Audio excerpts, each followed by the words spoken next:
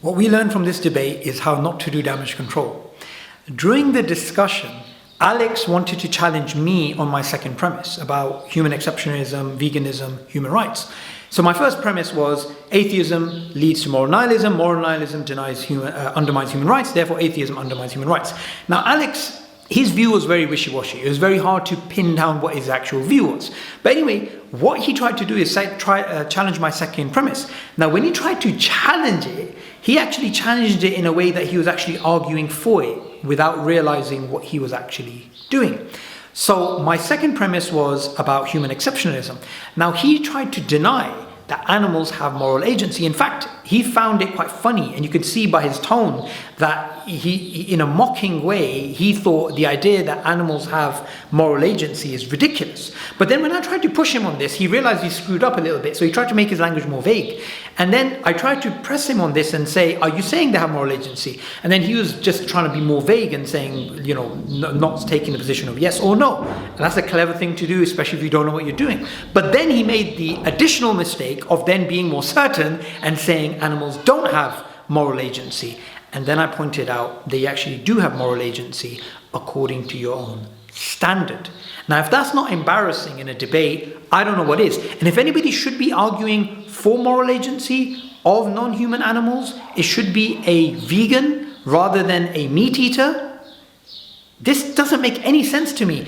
If anybody understands the way Darwinian evolution works, they would understand it works by gradualism. It doesn't work by this idea that human beings have moral agency and other animals don't. You'd expect there to be this gradient. Anyway, I wanted to play a clip from the debate and explain why he is wrong. Caused us suffering, and something bad caused us pleasure. Yeah. And I'm saying that's incoherent, because it would just become good and bad. Okay, they would just swap over. So that. Let's go on for 5 more minutes, and then we'll. If I can ask a question in return, because this isn't an interview here after all. I want to have a conversation. So we'll go on for 5 more, yeah. I can't help but pick you up Yeah. on the point you made about human exceptionalism. Yeah. Okay. Good. Yeah, because they're vegan and stuff. Yeah, the vegan, and I can never Yeah. pass up an opportunity to talk about veganism. It's the same reason I wear little Floyd on my lapel here. And that's probably why you didn't deny the second premise. Absolutely not. No, I want to talk about this. Sure. So just remind me, if you will, Sure. of why why the denial of human exceptionalism.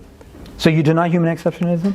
Well, so this is where we have to be careful. It depends what we mean by human exceptionalism. I agree. When I argue against human exceptionalism, it's because I think that other sentient creatures, because this is what I'm grounding morality in, deserve moral consideration for the same reason we do. It's not to say that they're the same, right? It's not to say that they have all the same characters or the same qualities. It's to say that they deserve consideration, So right? would a lion attacking a deer, would you call that grievous bodily harm? No, You wouldn't. Why? because they don't have moral agency. But that doesn't mean they don't have moral They don't worth. have moral agency. What do you Correct. mean by that? Well, we have to distinguish moral agency from moral worth. If a child, like if a 3-month-old child were to swing and hit somebody, would you blame that child for doing it? No, because it doesn't have moral agency, right?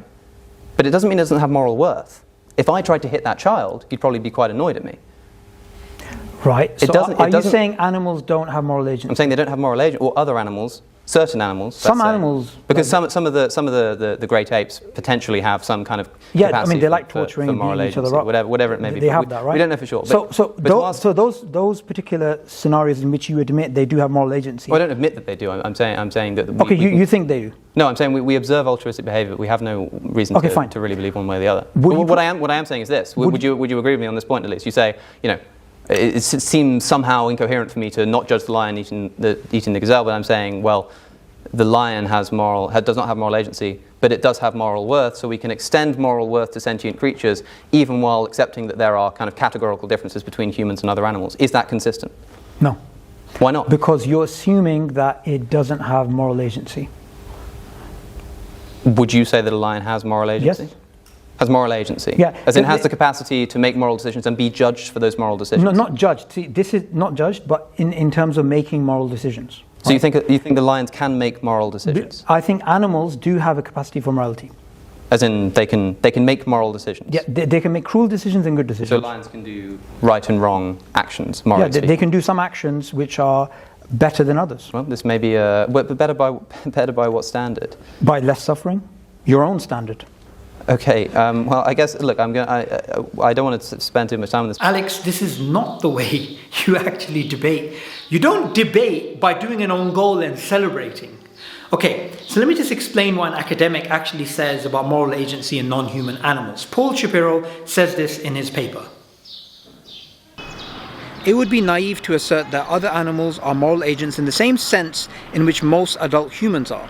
As such, it will be helpful to view our issue not in terms of a black and white dichotomy between moral agents and non-moral agents, but rather as a broad continuum, with acting on principle at one end, the bare ability to act virtuously at the other, the reciprocally altruistic animals who can act on moral principles somewhere in the middle. Moral agency is not restricted to our species, even if other animals are not capable of expressing it to the degree that we do. Virtues such as compassion, courage, and loyalty provide the foundation of moral behavior, and are more important than the mastery of abstract principles. Since many animals are capable of moral and immoral action, they are also subject to varying degrees of obligations, both positive and negative. Humans undoubtedly have cross-species negative obligations, while other animals could have cross-species obligations as well. The reluctance of many to acknowledge that some animals may be moral agents and have obligation reflects a tendency to underestimate the mental lives of non-human animals.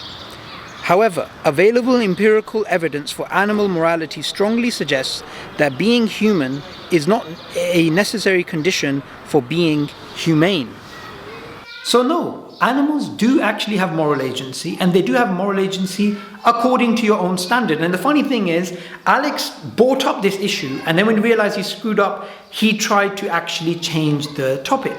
Alex, you don't do that in a debate. This is like the worst combination, where you argue for the opposing side, you undermine your own position, and you bring up a topic and try and change it. In fact, if I was to explain what was going on here, this is like shooting yourself in the foot and moonwalking into a hole. This is the worst possible way to do damage control. And I hope atheists watching this, at least on the minimum, if you recognize this is not the way you should actually debate. You shouldn't just come to a debate and try and wing it. You should know what you're talking about, make precise arguments, and don't argue for the opposing side. You should argue for your own side.